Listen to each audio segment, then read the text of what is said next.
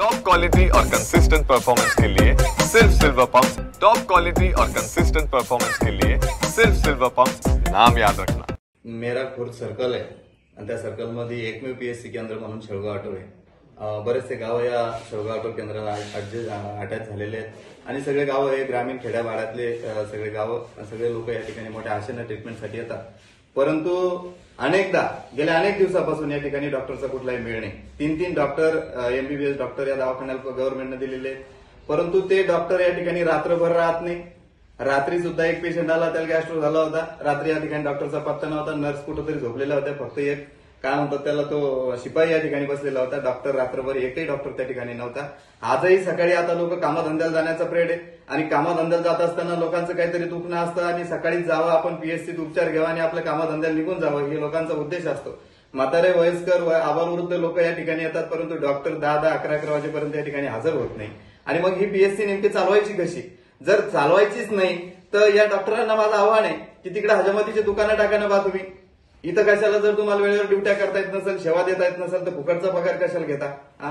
लोकांची सेवा करण्यासाठी हा दवाखाना आहे। गव्हर्नमेंट इथं करोडो रुपये या ठिकाणी खर्च करतंय आणि हा सगळा खर्च गलगंड पगार तुम्हाला मिळत असताना सुद्धा तुम्ही कामावर वेळेवर जर या ठिकाणी हजर होत नसेल, एक कुठल्याच सुविधा त्या ठिकाणी देत नसेल। काल सोलर उडून गेलं, आता पाहत होते आरोच्या पिण्याच्या पाण्याची तिथं काही विशेष नाही, व्यवस्था नाही, ते बंद पडलेलं आहे।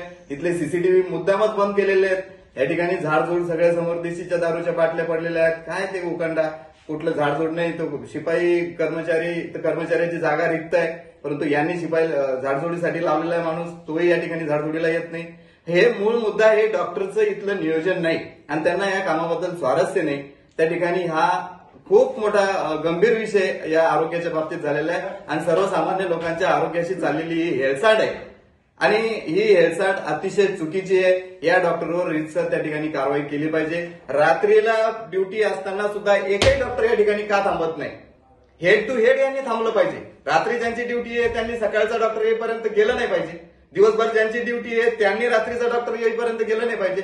हे झाले सकाळी 5 वाजता, संध्याकाळी 5 वाजता त्या ठिकाणाहून गायब होतात, दुसऱ्या दिवशी सकाळी 10 वाजेपर्यंत येत नाही, मग दवाखाना चालवायचा कोणा? या ठिकाणी या रात्री इमर्जन्सी पेशंट जर आले तर त्यांच्यावर उपचार करणार कोण?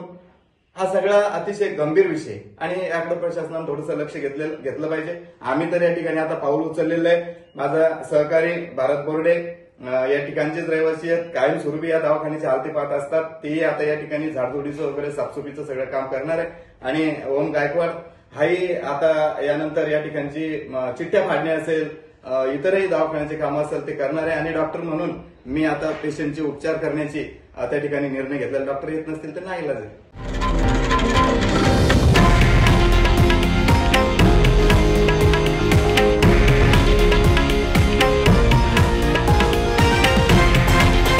हे आहे देशातील नंबर 1 न्यूज नेटवर्क आणि आपण पाहत आहात TV9 मराठी, एकमेव।